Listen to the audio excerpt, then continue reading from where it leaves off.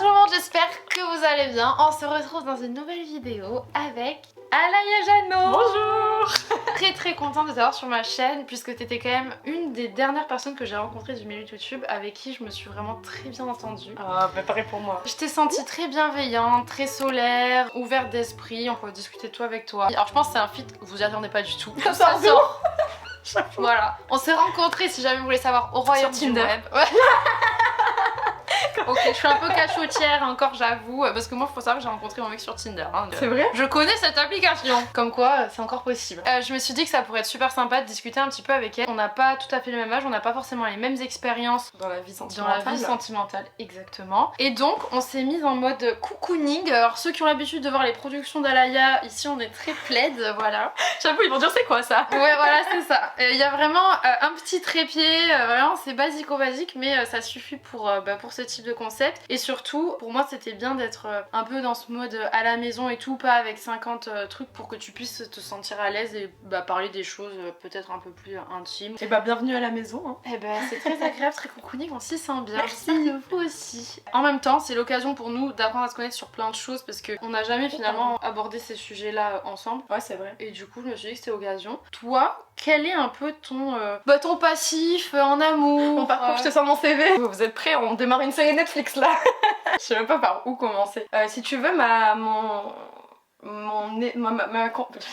Ouais, et à l'aise, hein, voilà. pas de soucis. C'est vrai que c'est un sujet qui pour moi n'est pas du tout tabou, mais j'ai pas du tout l'habitude de parler très personnellement devant une caméra ou de parler de sujets comme ça. Donc c'est pour ça que je suis un petit peu, je bégaye un peu, mais ça va aller. J'ai eu donc une première relation, je devais avoir 15 ans, c'était à l'époque avec un pote d'un pote, tu vois, Okay. tu vois le truc, on commence à traîner ensemble, à constituer un petit groupe. Et en fait, moi je tombe folle amoureuse de lui, mais vraiment c'était l'amour de ma life. Et en plus je suis quelqu'un de très passionné si tu veux. Donc quand je vis un truc, fusionnel, hein. je le vis à 1000%. Le souci c'est que c'était une personne qui m'a rendue très heureuse, qui m'a appris énormément de choses. Et je suis très reconnaissante aujourd'hui envers cette personne. Mais qui m'a aussi... Ça c'est bien, tu vois. Ouais, c'est pas le cas de tout le monde hein, avec les premières relations. Ouais, bah non, mais il y a eu un peu de souffrance. Cette personne-là, elle avait un gros manque de confiance en elle, donc si tu veux, elle cherchait à combler ce manque dans le regard de l'autre, et notamment dans le regard des femmes. Et donc si tu veux, c'était une relation très toxique parce que beaucoup de jalousie, de possessivité de son côté, mais qui n'avait pas le lieu d'être pour moi. Donc moi j'avais pas le droit d'être jalouse. Par contre j'avais pas le droit de sortir en soirée si il était pas là de danser avec des mecs, ça le rendait jaloux, alors que lui c'était il rigolait avec les meufs, il les dragouillait, il y avait pas de soucis, bref. Et au bout de 2 ans, donc 2 ans très compliqués de on se drague pas, on se met ensemble, on se sépare, on se remet ensemble, etc. Vraiment pire relation ever. Un peu chaotique. Très chaotique. Ok. J'ai découvert qu'en fait il me trompait, mais truc full hasard quand on dit l'intuition féminine, c'est qu'en fait je suis dans la cantine de mon lycée et on n'avait pas le droit d'avoir nos téléphones dans la cantine. Je reçois un appel de lui parce qu'on devait se retrouver pour voir quand on pouvait se retrouver, si c'était avant de reprendre les cours ou après les cours à la sortie. Et je prends l'hôtel et la meuf elle arrive en me disant Alaya, qu'est-ce que tu fous et tout, range ton téléphone, il va aller de suite chez le proviseur parce que pas le droit d'avoir l'hôtel. Ah oui. Réflexe mais sorti de je ne sais où pour pas me faire confisquer mon téléphone vu que je m'étais déjà fait coller une semaine avant parce que j'avais mon téléphone. Je lui dis non mais attends tu comprends pas là je viens d'apprendre que mon mec il m'avait trompé. Et en fait je dis ça comme ça en excuse pour pas me faire confisquer mon tel. Et là il dit quoi? Comment tu sais genre il a dit? Non il dit quoi? Donc du coup tu t'es dit il y a un truc qu'il faut creuser là. Ouais je me suis dit mais pourquoi il bégaye? Genre quelqu'un de normal il aurait juste rigolé, il aurait dit mais qu'est-ce qu'elle raconte? Ouais. Et là il se met à bégayer, je me dis mais bizarre, j'entends plus un mot de l'autre côté. Et en fait je sors en drama queen du self, toujours dans ma scène de il faut pas que je me fasse confisquer mon téléphone. On se retrouve et en fait là il avoue tout. Il avoue tout, il me dit non mais tu sais on s'est juste vu une fois, c'était au musée de la mer. On s'est date juste une fois au musée de la mer et tout, c'est rien. Mec, tu peux pas me dire c'est rien alors que vous vous draguez sur Insta, que vous avez fait un date et que vous êtes pécho devant des putains de poissons. Et en fait 2 ans après j'ai recroisé cette meuf au hasard à un anniversaire. Elle est venue me voir en mode je vois bien que t'es super souriante avec tout le monde et moi tu me calcules pas, qu'est-ce qui se passe? Et je lui ai dit meuf ma vie a été anéantie à partir du moment où j'ai découvert que t'avais aussi une relation avec mon mec. Et en fait en comparant les faits on s'est rendu compte qu'elle était pas au courant et que c'était une double relation qu'il avait depuis déjà 6 mois. Waouh. Voilà. Ouais, donc en fait c'était pas juste un date. Donc en fait c'était pas juste un date et si tu veux ça a niqué toute ma confiance en moi, ça a niqué ma perception de l'amour. En fait je croyais tellement en nous et j'étais tellement amoureuse que à l'époque tu me disais c'est ta vie ou la sienne, je disais la sienne tu vois. Et j'étais très sérieuse là-dedans parce que j'étais réellement à fond et que j'y croyais tu vois. Donc en fait t'étais complètement dévouée pour cette relation quoi finalement. Et c'est peut-être ça aussi qui était toxique, je dis pas que c'est lui qui a l'entière responsabilité de la toxicité de la relation, c'est moi aussi qui étais beaucoup trop engagée là-dedans et qui aurait dû me prioriser, et je pense que je suis tombée dans une espèce de dépendance affective, tu vois. Bah ça c'est le cas de beaucoup d'entre nous, je pense. Sur la première relation c'est souvent très compliqué, et le gros souci c'est que bien souvent on tombe sur des mecs qui arrivent à cerner est-ce qu'on est facilement manipulable ou pas. Ouais, moi ça a été un peu pareil hein. Ah mais j'allais te demander c'était quoi ta, oui ta moi première aussi relation. bah pareil genre en soi Allez à toi. Alors moi ma première relation, je suis tombée sur quelqu'un de psychologiquement un peu instable aussi, et même dans ses sentiments, et un peu le même schéma que toi. Alors moi bon il m'a pas trompée, mais j'étais quand même très à sa merci quoi. En fait je vivais à travers lui, c'est à dire que j'étais la copine de tout le temps. J'étais complètement dans son ombre, et je pense qu'il faisait un peu aussi en sorte que je sois un peu dans son ombre, et du coup j'étais très timide, j'avais pas confiance en moi, j'étais pas trop capable tu vois de prendre des décisions. Toujours il fallait que je passe par lui, jusqu'au jour où en fait j'ai changé de ville quand j'ai fait mes études, et puis en fait j'ai compris que... C'est ça qui a été le déclic du coup pour toi, c'est de déménager pour tes études. De déménager complètement. Si j'étais restée là où j'habitais à Perpignan, franchement je pense que je serais encore restée avec plus longtemps. Et du coup ça m'a fait beaucoup de bien. Après on a tous les deux pris notre envol, et je pense que juste on était dans une relation très toxique dans un sens ou dans l'autre aussi hein. Enfin je veux dire c'est pas que sa faute à lui. Je t'avoue qu'aujourd'hui on n'a plus du tout de contact, mais si je le croise je peux le cracher dessus quoi. Tout va bien. C'est que j'ai reçu un DM de sa part il y a genre 1 an, alors que j'avais aucune news. Il t'a relancé quoi. La façon dont il l'a fait. En fait, il est devenu coach sportif dans une salle de sport à côté de chez moi. Et il m'a envoyé un message pour me dire en gros... Est-ce que ça te dit que je te coach? C'est trop bien ce que tu fais sur YouTube, bravo, que t'en sois arrivé là. Est-ce que ça te dirait de collaborer avec ma salle de sport? Donc je te coach. Et t'inquiète, t'as l'abonnement gratuit. Comme ça, on prépare ton Summer Body Goal avant l'été. Ah ouais, spécialité. Et j'étais là, mais... Déjà, Summer Body sur les jures, ça fait longtemps que ça se dit. Merci. Et j'étais là, genre, à quelle heure? Et puis en plus, c'était une période où j'avais pas du tout confiance en moi physiquement. J'avais 12 kilos de plus je crois, et donc si tu veux le fait que ça soit lui qui vienne me dire en gros bah ton corps il peut être beaucoup mieux, t'es pas bien comme t'es, en gros c'est comme ça que je l'ai vu, c'est pas comme ça qu'il l'a dit. Oui je comprends ce que tu veux dire, tu vois. Je comprends. Ça m'a vexée, et j'ai dit mais t'es un grand malade mec, et c'est là où parce que je lui avais jamais parlé avant comment moi j'avais vécu la rupture, je lui ai dit mec, premier degré j'ai failli me foutre en l'air à cause de toi, tu peux pas revenir comme ça et m'envoyer un message pour me dire est-ce que tu veux venir faire du sport pour préparer ton corps, genre tu réalises bien. Et il a pas compris. Une semaine après il y avait un espèce de papier bloqué dans ma fenêtre de ma voiture. Je crois qu'en fait c'est un psychopathe. Je réalise au fur et à mesure que je dis les trucs, avec écrit elle n'a qu'à ouvrir l'espace de ses bras pour tout reconstruire, signé avec ses initiales, tu vois. Quel enfer, l'angoisse. Et j'étais en mode mec, genre comment tu peux ne pas réaliser que c'est bizarre. Les mecs qui font des actions, franchement, honnêtement, c'est peut-être mon avis, mais c'est la façon dont je le ressens. Les mecs qui font les trucs les plus à l'eau de rose, souvent.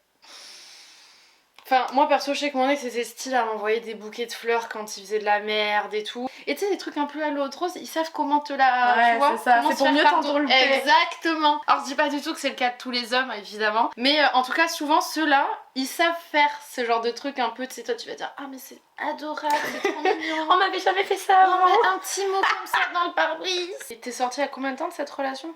Bah, il y a 4 ans. Ah ouais, quand même. 5 ans. Et donc, comment tu t'as géré en fait le après? Genre, est-ce que t'arrives à te replonger dans une vraie relation, à faire confiance aux hommes? Enfin, ça fait tellement cliché le est-ce que tu fais confiance aux hommes? Je n'aime pas les hommes.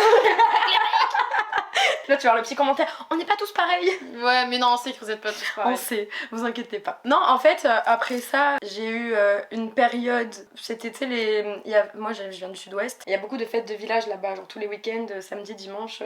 C'est un peu comme les férias, non? Exactement, c'est férias. Ok. C'est ça. Bah, tu connais, c'est vrai. Ah bah, quand même. Et ben, il y avait ça, donc on sortait tous les week-ends. Là, c'est vrai que moi, mon but, j'avais plus vraiment de but. En fait, j'avais tellement été toute détruite à l'intérieur que si tu veux, j'avais que mon corps, et j'ai eu une espèce d'hypersexualisation où moi, j'étais devenue comme lui à chercher du coup la reconnaissance et la confiance en moi dans le regard des hommes. J'étais pas du tout du style à coucher à droite à gauche, mais alors, ça me faisait rire dans... Ça, y a pas de... On s'en fout. Non, c'est pas ça, mais c'est pas dans le sens dénigrant que je le dis, c'est vraiment par information en mode... D'accord, ok.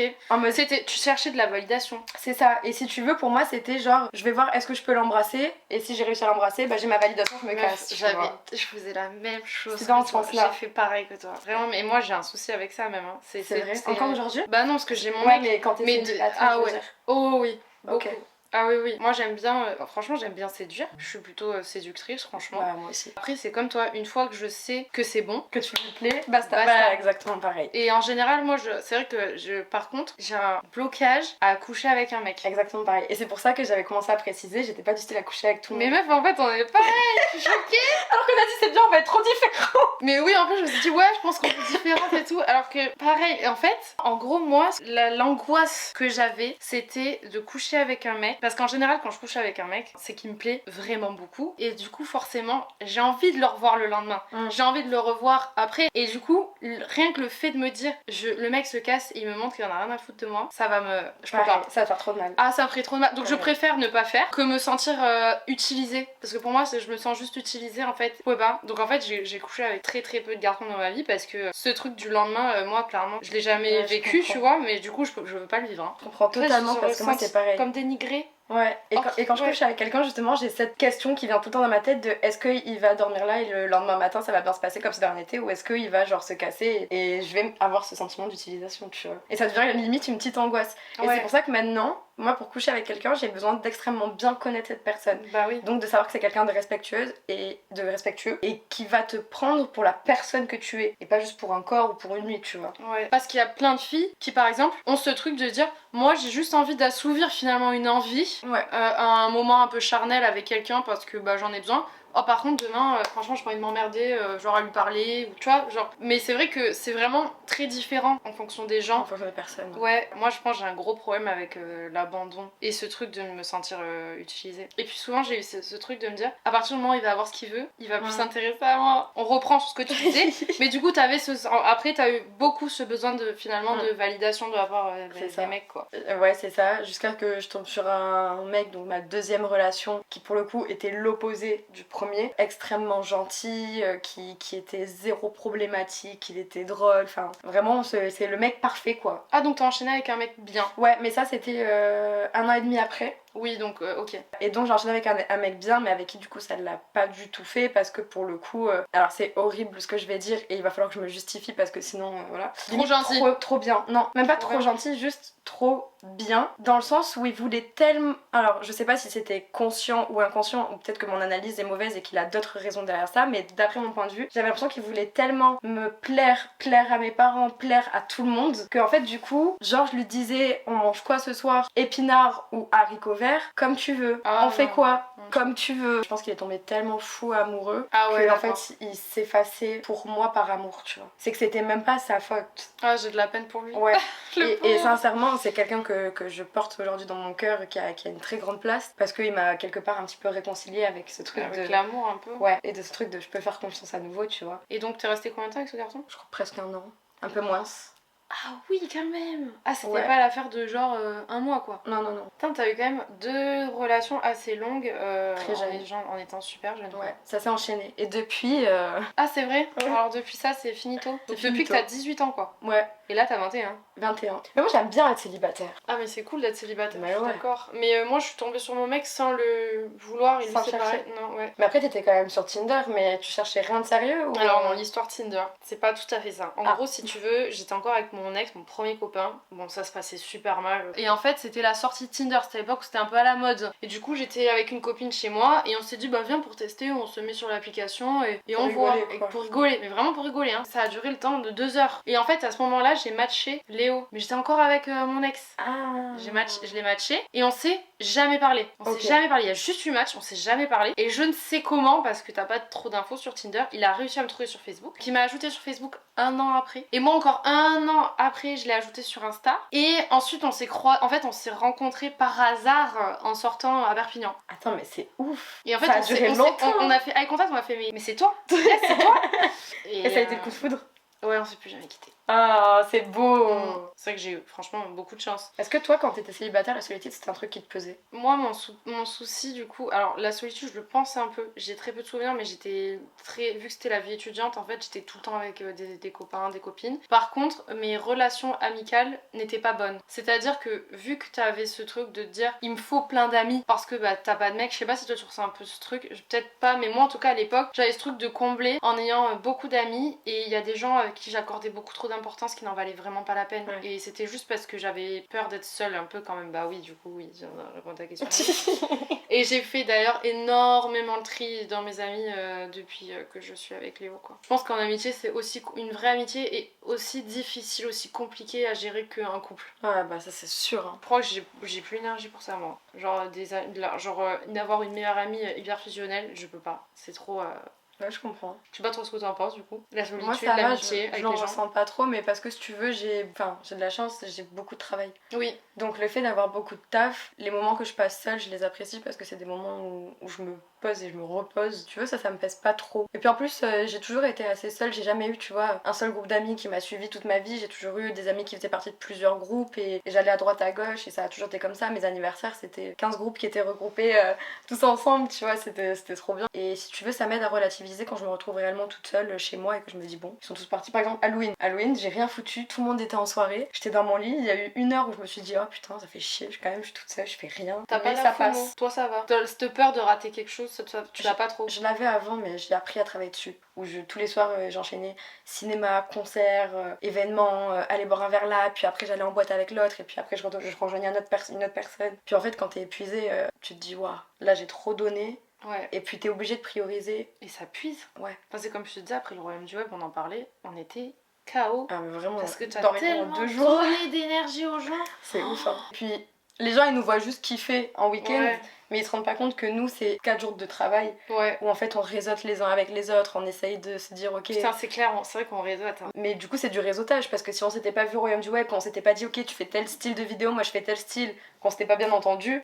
Donc c'est pour ça que c'est important de réseauter et c'est hyper fatigant. Ah ouais, ça crève parce qu'en Ouais. plus t'es un peu en représentation. Ouais. De rien. Puis c'est pas tes potes avec qui tu peux lâcher une grosse dinguerie parce que t'es fatigué et rigoler parce que c'est une dinguerie, tu vois. Là, tu dis une dinguerie, tu seras directement jugé et ça sera répété Ouais. minimum à 15 personnes. Donc faut surveiller tout ce que tu dis. Ouais. Pour en revenir à... Putain, on en était où? Parce qu'on a dévié, hein. On La a sexualité, beaucoup. hein. Voilà, maintenant, aujourd'hui, par exemple, pour toi, le couple idéal, la relation un peu idéale, c'est quoi? Oh, moi, j'ai une vision très particulière sur ce truc. Ah, mais génial! Parfait! Je pense. Vas-y, dis-nous! Alors, déjà, je vais commencer par ça. Peut-être que je suis jeune et c'est mon point de vue actuel Ah, mais avec oui. mon expérience actuelle qui évoluera sûrement. Mais pour moi, à l'heure actuelle, alors déjà, j'ai beaucoup de mal à me voir en couple aujourd'hui. Ok. C'est pas quelque chose que je vais rechercher, mais C'est pas si un tu goal, veux, quoi. ouais, non. C'est pas un goal de vie. C'est ça, genre si je reste toute ma vie célib, moi ça me poserait aucun problème parce que je vais me concentrer à plein d'autres choses. Mais si je rencontre une personne avec qui ça match, pour moi la relation idéale ça serait que déjà il faut que ça soit quelqu'un qui ait autant d'occupations que moi, Ouais, je que ça soit au niveau du taf, au niveau de ses hobbies, de ce que tu veux, il faut qu'il soit archi indépendant et qu'il fasse sa vie. Et influence ou pas influence, tu t'en fous? Ou tu... Ça, qu'est-ce que t'en penses, toi? Non, je m'en fous pas. Ok. Déjà, je pourrais pas sortir avec un abonné. J'aurais énormément de mal si quelqu'un. Enfin, j'ai beaucoup de DM, tu vois, en mode coucou, ça va, t'es super belle, viens, on va boire un verre. Mais ça, genre. Non, ça Je peux c'est gênant, pas. personne n'accepte Tu ça, vois. c'est chelou. Et puis ça veut dire que la personne, quelque part, elle a une espèce d'admiration, Ouais. entre guillemets, même si l'admiration c'est très fort envers toi. Et toi, tu joues de ça pour. C'est un peu C'est un peu malsain, manipulateur, tu vois. mine de rien, ouais, je comprends. Donc ça je pourrais pas trop, c'est dans ce sens là que je dis un abonné je pourrais pas, mais après si c'est quelqu'un que je rencontre et qui par exemple connaît pas ce que je fais ou quoi, y a aucun souci, mais c'est vrai que ça serait plus facile avec quelqu'un qui est du milieu. Quand je dis du milieu c'est pas forcément influenceur, ça peut être prod, Les backstage, quoi. voilà. Ouais. Parce que, et j'ai vu une vidéo de Théa qui en parlait avec Dooms, Ok. et elle l'avait expliqué hyper bien, elle disait elle a pas l'envie, l'énergie ni le temps, elle ne veut pas donner à quelqu'un pour lui expliquer son métier, pour lui expliquer ses horaires, pour lui Oh, je expliquer... trouve ça trop dommage.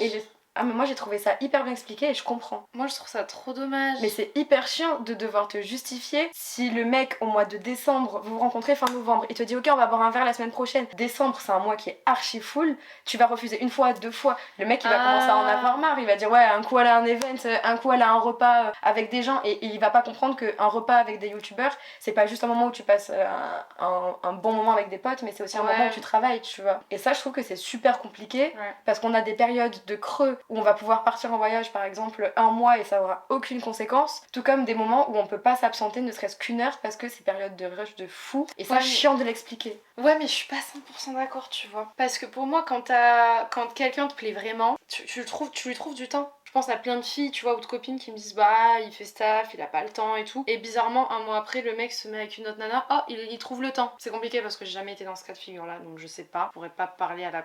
Genre, peut-être que toi c'est du vécu, que bah du coup Théa dont tu parlais c'était aussi du vécu, je suppose. Je sais pas, pour moi je trouve toujours du temps pour quelqu'un qui te fait un peu justement complètement coupé du monde de l'influence, ça te fait du bien. Il y a aussi des points positifs à sortir avec quelqu'un qui est dans le milieu de l'influence, tu vois. Ma dernière relation, du coup, c'était avec quelqu'un qui était sur les réseaux. Ah ouais? Et ouais. Et c'était archi secret, personne ne le savait. Et c'était très bien comme ça, moi ça me convenait très bien. Et lui aussi. Et en fait, le truc de rentrer, pouvoir échanger, tu vois, je suis rentrée, il était minuit et demi, il me rejoignait à 1h du mat parce que lui il avait fini son taf après minuit et demi et qu'il me rejoignait à 1h. Mais à 1h on était les deux debout, on se racontait notre journée, on échangeait sur nos projets, on était comme des oufs entre guillemets. Le lendemain on se réveillait tous les deux à 11h, ça n'avait aucune conséquence. Ouais. Parce que lui comme moi, on faisait nos emplois du temps, on faisait notre truc, on gérait nos vidéos quand on le voulait et ça c'était un truc trop positif. Et le fait de pouvoir se donner des idées, de se dire genre toi je te vois bien sur ça, je te conseille là-dessus, toi tu me conseilles sur ça, je trouve que ça amène vraiment un truc de fou parce que notre travail c'est tellement nos vies que je trouve ça mieux ouais, je comprends. pour mon point de vue en tout cas, je comprends. de sortir avec quelqu'un qui a la même vie. Après des fois être avec quelqu'un qui a l'influence ça te fait un peu perdre pied. Enfin tu vois des fois je me rends compte de mes problèmes, et à côté de ça mon mec qui travaille à l'hôpital me parle de lui les problèmes et ses problèmes c'est telle personne a perdu sa jambe, telle personne a ci à ça et là tu fais genre nul. ok, tu comprends vite, enfin, ça me permet un peu moi de garder les pieds sur terre parce que des fois honnêtement, alors c'est pas autant que je me prends pas pour de la merde ou quoi, c'est des fois je relativise juste, je me dis bon, c'est vrai que effectivement c'est pas si grave. Et en fait des fois aussi il va apporter un point de vue sur mes projets un peu aussi différents. Et du coup ta vision de la sexualité un peu c'est quoi toi? Un couple doit, tu sais j'ai des gens qui te disent un tel pourcentage de la sexualité dans le couple. Pour moi il y a pas de un couple doit déjà. Un couple il doit rien. Si toi t'as envie de ken 10 fois par jour et si t'as jamais envie de ken, et ben les deux cas c'est ok. Ouais, je suis d'accord. C'est vrai. Non, après moi ma vision c'est que pour moi, et je respecte les visions qui sont différentes, le sexe c'est très important dans un couple. Pour moi. Oui. Encore une fois. Enfin, je le vois vraiment comme en fait un moment de partage où vraiment t'es. Je bégaye trop. De chair, tu vois, où tu te retrouves, tu partages un vrai truc, quelque chose que tu. T'as fait ah oui. Non mais j'ai trouvé que le mot le moment de chair c'est charnel. C'est charnel, bah oui. C'est quelque chose de passionné où vous vous retrouvez tous les deux et où après vous vous dites mais the fuck. C'était quoi ça? C'était quoi ça?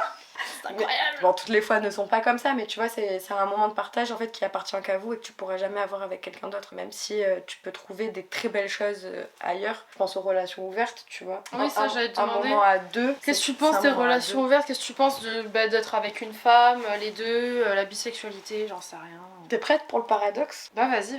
Pour moi, les humains, ils sont pas faits pour vivre en couple, mais pour vivre en groupe. Et c'est pour ça qu'on a autant de mal à garder nos couples. Mais impossible pour moi d'avoir une relation ouverte. Je préfère, même si je le sais, je préfère galérer là-dedans parce que pour moi la fidélité c'est trop important et que jamais de la vie je pourrais sortir avec quelqu'un qui a une vision différente. Parce qu'il serait malheureux, je serais malheureuse. Ah bah ça déjà c'est un grand pas, au moins tu sais que voilà. Donc j'ai une vision très arrêtée là-dessus, mais parce que je pense que ça servirait à rien de se dire pourquoi pas j'essaye alors que je sais que ce serait impossible pour moi de voir la personne que j'aime partager ce moment qui nous appartient tous les deux avec quelqu'un d'autre. Et toi donc c'est 100% les hommes et les femmes, ça t'a jamais intéressé? Ah si, moi je suis pansexuelle, je tombe amoureuse d'une personne. Ah c'est vrai? Ouais. Oula, on est sur un sujet qui m'intéresse. C'est vrai? Ah bah oui, donc tu as déjà été amoureuse d'une femme? Amoureuse jamais d'une femme. J'ai déjà eu des expériences sexuelles avec des femmes. Ok. Une. Et j'ai vu que ça me plaisait bien, après j'ai pas eu plus d'occasions non plus parce que c'est pas... Enfin voilà. J'ai découvert que je m'intéressais aussi aux femmes, je pense que ça faisait un moment que je le savais, mais parce que je me suis vraiment rendu compte que le physique c'était un plus. Ouais, il y avait ce côté séducteur, etc. Mais qu'en fait, même si quelqu'un me plaît, que je ressens une attirance, c'est très rare que je trouve quelqu'un sincèrement beau, tu vois. Parce que pour moi, quand je vais apprendre à connaître cette personne, la vision de la beauté que j'aurai de cette personne, elle se construira au fur et à mesure. Et c'est pour ça que tu vois que j'ai pas de style, je tombe vraiment amoureuse de la personne. Oui, d'accord. Ah oui, bon bah oui, finalement, oui, ok, là ça me parle complètement. Relation donc, sexuelle avec une femme, ça c'est pas. Parce que moi, genre, j'ai jamais eu de relation avec une femme. Le côté vraiment sexualité, c'est pas trop bouleversant, bah le fait que, bah voilà, c'est pas le même sexe, tout ça quoi. Non, c'est pas quelque chose qui m'a perturbée, mais parce que si tu veux, j'ai grandi dans une famille archi ouverte d'esprit, mon frère est gay, je l'ai su depuis toute petite. C'est quelque chose qui a toujours été très normal dans ma tête. Et si tu veux, ça m'a pas chamboulé plus que ça. Si tu veux, j'ai eu. C'était des préliminaires, si tu veux tout savoir, et c'était avant d'avoir ma première relation sexuelle avec un homme. Tu vois. Ah ok, putain, mais t'étais jeune. Bah ouais, mais en fait, pour moi, c'était juste une expérience comme ça, c'était pas... En fait, je me disais t'as même pas mis le mot sexualité dessus non, finalement. tu vois, ouais, c'est ça. C'est que pour moi, c'était Une découverte. Ouais. D'accord. Et c'était juste quelque chose de normal où je voulais tester, voir si ça me plaisait pas. Et donc, si tu veux, il y a juste eu des préliminaires. Si tu veux, ça m'a pas choqué plus que ça. C'était plus de la découverte, de quelque chose d'expérimental. Et pour l'autre personne en face aussi, puisque aujourd'hui, cette personne est hétéro. Tu vois, rien à voir. Ah ouais, d'accord. Et moi, depuis, je suis plus jamais ressortie avec une femme. Mais je sais que ça me dérangerait pas et que je pourrais tomber amoureuse d'une femme. C'était un coup de cœur, quoi. Ouais, voilà, c'est ça. Donc, c'est pour ça que le mot pansexuel, je pense qu'il est à prendre avec des pincettes. C'est plus pour dire que le physique, il importe peu, tu vois. D'accord. Et que je fermerai pas la porte juste en partant du principe que c'est pas un homme. Ok, d'accord. Putain, c'est bien, c'est Mm. bien. Je me suis jamais trop posé cette question, moi, je crois. Parce que t'as toujours eu plus ce truc d'aller vers un homme ou... Moi, je pense, honnêtement, ça va te paraître bizarre ce que je dis, mais je pense qu'avoir une relation sexuelle avec une femme, ça me ferait peur. Ok. Je remettrais tout en question. En fait, ça me remettrait comme mon identité, qu'est-ce que c'est et tout. Et je crois que je me suis plus dit en mode. Flemme. Tu sais que moi, quand j'étais jeune, je crois que j'en ai même peut-être parlé à ma mère, je lui avais dit que j'avais peur d'être lesbienne. Ah ouais. C'était une peur. Je pense sortir du cadre habituel et tout. Je sais pas pourquoi ça me faisait, mais c'était une angoisse pour moi. Et je savais pas si je ressentais quelque chose pour les femmes ou si je ressentais quelque chose pour Ouais, les mais c'est hommes. normal, c'est parce que c'est un moment où tu te cherchais. Ouais, mais j'étais jeune, franchement j'étais jeune. Mais je pense que si peut-être on n'était pas façonné à se dire ah il faut être avec un homme, peut-être que j'aurais essayé avec une femme, Ouais. j'en sais rien. En vrai, je sais pas. Et moi, de façon générale, je vais beaucoup plus vers les hommes que vers les femmes quand même. Non, mais comme tu dis, nos cerveaux ils sont un peu façonnés aussi dans ce truc par la société, tu vois, homme-femme. Et Dieu merci, c'est en train de s'ouvrir. Et, ça s'ouvre beaucoup, hein, et je crois que les réseaux sociaux finalement ça y participe un peu quand même. Hein. Y a pas que des choses mauvaises, hein. Non, y a pas que du mauvais. Et du coup, sur la contraception. On va aborder un sujet rigolo. Ouais, qu'est-ce que t'en penses toi? Quelles sont tes utilisations finalement de la contraception? Mes premières règles arrivent, j'étais en 3ème. Putain, moi j'ai mes règles en 6ème. Ah ouais? Moi j'ai les règles hyper tard. jeune, moi. Je les ai eues de façon très abondante. Ok. Au point que on avait appelé les médecins, la SOS médecins. Ils avaient dit, elle fait une hémorragie interne, on appelle le SAMU. Donc le SAMU qui vient me chercher. Moi je suis là en galère en train de me dire putain je vais crever. Je me fais transporter par le SAMU. Du coup j'arrive à l'hôpital, service gynécologique d'urgence. 14 ans, jamais eu de rapport, jamais rien. En fait, tu perds des caillots de sang, c'est ça, non? Non, je perdais du sang. C'est du sang comme si là, tu vois, tu me... Oui, c'est une artère qui part quoi. C'est Waouh. pour ça qu'ils ont cru que je faisais une hémorragie interne. Ok. Et qu'en fait, ils ont cru qu'il y avait un truc qui avait percé dans mon ventre et que ça coulait le sang. Et moi, j'étais là en mode, ok. Ah ouais, du coup. putain. Donc, arrivée au truc gynécologique, elle me fait un examen complet sans même me prévenir. Moi, à 14 ans, j'étais là, ça fait très mal. C'était horrible. Comment trauma quelqu'un d'une gynéco, vraiment. Et du coup, il y a eu énormément d'examens de fait. Ils se sont rendus compte que c'était des règles extrêmement abondantes. J'avais des grosses douleurs, donc ils m'ont... Je connais la fin. Pilule. Ils m'ont mis sous médicaments, voilà, sous pilule. En plus de ça, j'avais des médicaments pour me couper les règles, des médicaments pour atténuer les douleurs. Enfin, j'ai été mise sous plein de trucs. Pilule, du coup, ça ne marche pas du tout. J'ai toujours autant mes règles en abondance, ça me fait toujours aussi mal, etc. Recherche d'endométriose. Il y a une tache, mais on la voit pas assez distinctement pour pouvoir dire que c'est de l'endométriose. Donc tu vas attendre de grandir. On va attendre que cette tache elle grandisse. Et quand elle sera assez grosse pour que ça soit. On te donne un diagnostic. Voilà, on Il te faut que ce dira. soit un minimum de 6 mm la tache. Exactement. En gros, c'est ça le délire. Oh là là. Exactement. Et donc de là, je reste très longtemps sans savoir ce que j'ai. En me doutant que c'était l'endométriose. J'ai testé quasiment toutes les pilules qui existaient. J'ai eu un implant dans le bras. Ça n'a pas marché, c'était horrible. On a dû l'enlever. Une douleur de chien. Là, je suis sous une dernière pilule qui est du coup un traitement pour l'endométriose que la gynéco m'a donné, même si j'ai pas eu le diagnostic, parce qu'elle m'a dit t'as fait une réaction allergique aux œstrogènes, qui est donc une hormone. D'accord. Ce qui m'a fait prendre énormément de poids. Et en fait, ça m'a fait prendre du poids du coup très jeune, puisque j'étais en pleine adolescence. En troisième quoi. Voilà, c'est ça. Et du coup, en fait, quand là j'ai perdu autant de poids, c'est parce qu'on s'est rendu compte de ça. Plus ensuite, à côté, il y a eu d'autres trucs. Mais du coup, je me suis retrouvée dans un corps que j'avais jamais connu, à part quand j'étais petite. Et j'ai eu une recherche d'identité qui a été archi compliquée. Quand t'as perdu ou quand t'as pris? Non, quand j'ai perdu. Quand t'as perdu. Parce que du coup, je m'étais toujours connue avec du poids en plus. Ok. Et donc là, de découvrir que en fait, j'ai des tout petits bras, que j'ai pas de joues et que tu vois, ça a fait un truc bizarre. Et du coup, là, je suis encore sous cette pilule là. Et si jamais là, ça marche toujours pas et que c'est toujours aussi chaotique, stérilet quoi. Donc Et si stérilet marche pas, plus de solution. le no contraception, c'est pas possible. Non, c'est pas possible avec mes règles. D'accord, ok. Je serais obligée d'être sous contraception toute ma vie. Et donc là, ce qu'on espère, c'est que du coup, on puisse avoir un diagnostic avant que la tâche grossisse trop. Déjà qu'on soit sûr que ça soit ça et qu'ensuite on fasse les bons trucs pour être sûr qu'il n'y ait pas de problème, par exemple de fertilité ou etc. Ah bah oui, évidemment. Ok, donc Donc wow. voilà. Et si tu veux, ça a été très compliqué sexuellement parlant parce que ça me provoquait des douleurs horribles. Ça a participé avec le... T'as une au certaine angoisse du coup Ouais. de te coucher avec quelqu'un, t'as peur d'avoir mal. C'est ça. Entre temps, j'ai eu un problème avec une agression sexuelle, du coup, qui a empiré le Waouh, ah truc ouais. de douleur. Parce qu'en plus de ça, j'avais le psychologique qui mettait une barrière. Qui est bloqué. Bah oui, parce que j'étais du coup avec avec mon premier amour, entre guillemets, quand il s'est passé ce qui s'est passé. Et quand je lui ai raconté ce qui venait de m'arriver, il m'a juste accusé de l'avoir trompé en me bloquant partout et en pétant un câble, tu vois. Donc si tu veux, je pense que psychologiquement, j'ai eu un gros truc de déni. Et si tu veux, il y avait une autre pote à moi dans cette soirée, parce que ce mec-là n'a pas fait que moi comme victime, entre guillemets. Il y a eu 2 agressions sexuelles et un viol En une même soirée. en une même soirée.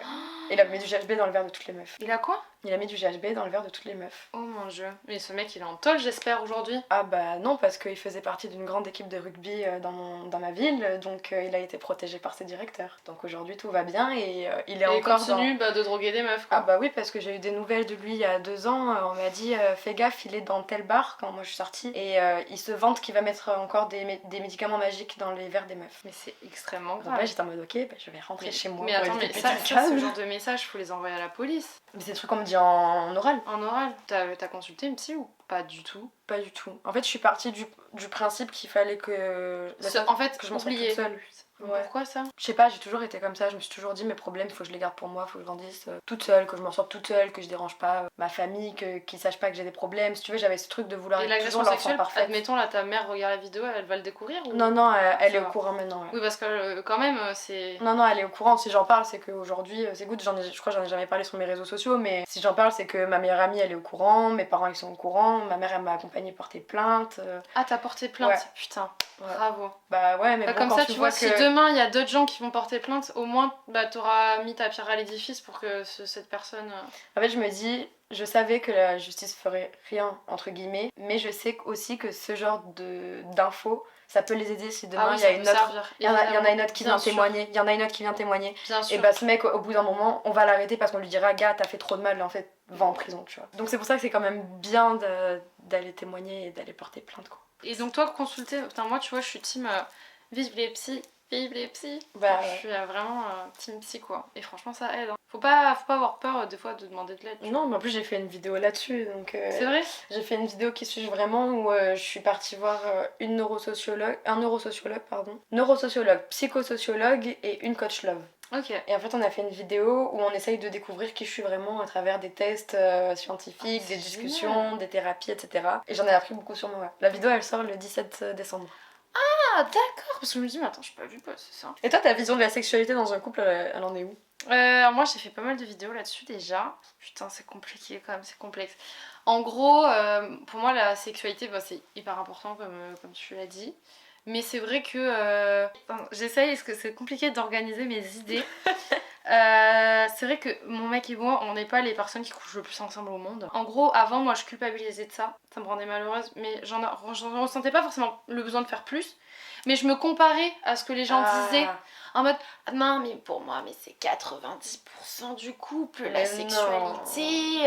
Alors, je pense que c'est un des piliers du couple. Bien sûr, ça compte. Mais en fait, j'avais ce truc à me culpabiliser, à me dire est-ce que mon couple est normal. Et puis l'acte de coucher ensemble, c'est pas la seule chose de sexuelle que tu fais dans un couple. Hein. Exactement, exactement. Et puis même, c'est vrai que nous, bah, on est quand même très proches, on se dit beaucoup je t'aime, on se fait beaucoup des papouilles, enfin tu vois, on est tout le temps collés, on dort l'un dans les bras de l'autre, enfin voilà. Et c'est vrai que bah, y a eu des périodes où forcément bah, on couchait moins ensemble que d'autres et tout, je me posais beaucoup de questions. Finalement, je me suis dit qu'il fallait un peu aussi calmer tout ça, se déstresser, se dire que c'est bon, je veux dire, il faut pas mettre la pression aux gens, de dire que bah, la sexualité ça fait tout, parce qu'aussi par exemple, moi j'écoute pas mal de podcasts et pas mal de podcasts de nanas qui sont un peu jeunes, où leur sexualité, elles sont pas forcément en couple et tout, et ça parle beaucoup de relations sexuelles et tout, et moi je suis en mode, putain, je suis pas autant dans ce cadre-là, est-ce que je suis normale, enfin j'ai un peu du mal à expliquer ce que je ressens et tout, mais du coup pour moi oui c'est très Tu te important. comparais beaucoup en fait.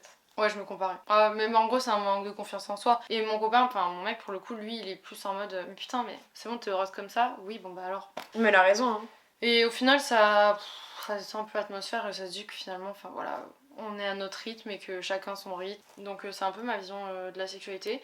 Et d'ailleurs, moi, j'ai décidé d'arrêter la pilule. Donc en fait, sous préservatif. Et perso, alors le truc, c'est qu'en tant que nana, c'est pas du tout un souci. C'est plus pour les mecs que ça peut être embêtant. Après, bon, moi, franchement, Léo il m'a dit que ça lui dérangeait pas du tout. Même si honnêtement, bah, ses sensations sont quand même pas les mêmes. Donc ça c'est un peu relou, tu vois. Bon, j'ai quand même décidé d'arrêter la pilule et j'en ai parlé. Il m'a dit, bah, de toute façon, c'est ton corps, tu vois, c'est toi qui fais ce que t'as envie. Et du coup, c'est vrai qu'on est sous préservatif, quoi. Ok. Moi, je précise, c'est pas une excuse. On est vraiment sous préservatif. C'est pas dire que la méthode du retrait, ça n'existe pas chez nous. Parce qu'il y a beaucoup de gens qui disent ouais, non, mais voilà. Non, le retrait c'est pas fiable. Non, c'est pas fiable du tout. Vraiment pas. Pensez bah, forcément à sortir couvert. Moi j'ai pas ces soucis de règles, j'ai la chance de pas avoir de douleur. Enfin j'avais des règles très abondantes au début de mes règles. Et quand j'ai eu des TCA, bon j'ai perdu beaucoup de poids, j'ai plus de règles et mes règles ne sont jamais revenues comme avant. D'accord, ok. C'est sûr que j'avais des règles abondantes au début et ensuite quand je suis sortie de mes TCA, genre mes règles sont revenues mais vraiment depuis en fait j'ai jamais eu des grosses règles. C'est fini tout ça. Mais voilà, un petit peu on a fait le tour là, non? Ouais. Waouh! En vrai on a taqué parler hein. On a vachement parlé. Après c'était le but, j'avais envie d'un truc ce soit vraiment discussion et pas trop bah oui 18h45, le temps passe, sachez qu'on va manger une pizza après. Let's go! Mais c'est la première fois que je me livre autant sur YouTube hein. Bah ouais. T'as une exclue là. C'est vrai, mais ça va, t'es à l'aise, je veux Oui. dire, t'as été... Y a rien qui est forcé, tu vois, c'était pas... Je t'ai laissé un peu parler de ce que t'avais envie. Et franchement, c'était super intéressant de discuter avec toi. Bah cool alors. Et honnêtement, enfin je sais pas, dites en commentaire, moi je trouverais ça cool qu'Alaya, parfois, fasse un peu des sujets de discussion comme ça aussi, tu vois, des genres de table ronde finalement dans tes vidéos. Moi je trouverais ça trop intéressant. Bah j'aimerais bien. Bah c'est trop cool, hein, franchement. Quelques trucs un peu plus sérieux. Ouais, t'es hyper intéressante, t'abordes tous les sujets, je te trouve super mature, ouvert d'esprit, et je pense que c'est ce dont on a vraiment besoin sur les réseaux, quoi. Et surtout, t'as des problématiques dont beaucoup de gens peuvent s'identifier, tu vois, je pense. Se faire tromper. Bon, se faire tromper, on est quand même beaucoup à l'avoir vécu, mais tu vois, typiquement l'endométriose, le fait que t'as subi une agression sexuelle, bah c'est des choses dont il faut parler, il faut dénoncer ce genre de choses, quoi, tu vois. Et c'est déjà bien que t'aies dit que t'es porté plainte, je trouve ça vraiment génial. C'est ça, si l'expérience elle peut aider les autres à avoir le courage d'y aller, bah... Bien sûr. Même si c'est pas quelque chose de facile, attention. Hein. Et que tu ressens du doute jusqu'à la dernière minute, le moment où t'attends dans le couloir, que la meuf elle t'ouvre la porte, le moment où elle est sur son ordi et qu'elle a pas un brin d'humanité et qu'elle est là en train de te dire il s'est passé quoi, qu'elle te demande de raconter dans les moindres détails, qu'elle te re-questionne, elle te relit le truc, tu revis la scène. C'est pas facile, mais ça peut vraiment aider, que ça soit vous ou d'autres personnes en fait. Yes! C'était la vidéo de la bonne humeur. Alors on va manger des pizzas, Gino. Exactement. Non, je tiens quand même à préciser du coup que je mettrai forcément la chaîne d'Alaya dans la barre d'infos, je mettrai son nom, etc. ici. Donc n'hésitez pas à aller la suivre parce que moi j'ai hâte de voir cette vidéo avec la psy et tout. Franchement, ça j'ai adoré cette vidéo, c'était trop bien. Ouais. Ah, ça me fait plaisir. Et ça fait du bien de faire d'autres styles de vidéos, tu vois. Ah oui, de parler, poser. Ici, franchement, on a juste posé le trépied, il n'y a pas eu de préparation quoi. Tu t'es dit putain, ça va finalement cette vidéo, c'est cool, c'est chill. Je t'ai dit, je te laisse 10 minutes le temps que t'installes les réglages et tout. Elle m'a dit, ah non, mais ça y est, c'est bon. Elle m'a dit, bon vas-y, je fais 2-3 trucs pendant que t'installes les réglages. J'ai dit, moi la caméra est posée, c'est bon, on est bon, là, on peut commencer. Alors que moi, il y a 7 caméras, droite, gauche, en haut. Ah voilà, c'est tout un autre style de vidéo Alaya, donc franchement n'hésitez pas à aller voir, c'est super sympa. On rigole. Et puis peut-être qu'on se retrouvera encore pour d'autres vidéos, qui avec sait. Plaisir. Bah ouais, avec grand plaisir. Je vous fais plein de gros bisous. Pensez à vous abonner avant de partir. Et à liker la vidéo et à lui mettre un bête de commentaire pour la soutenir parce que, bordel, elle a besoin de force.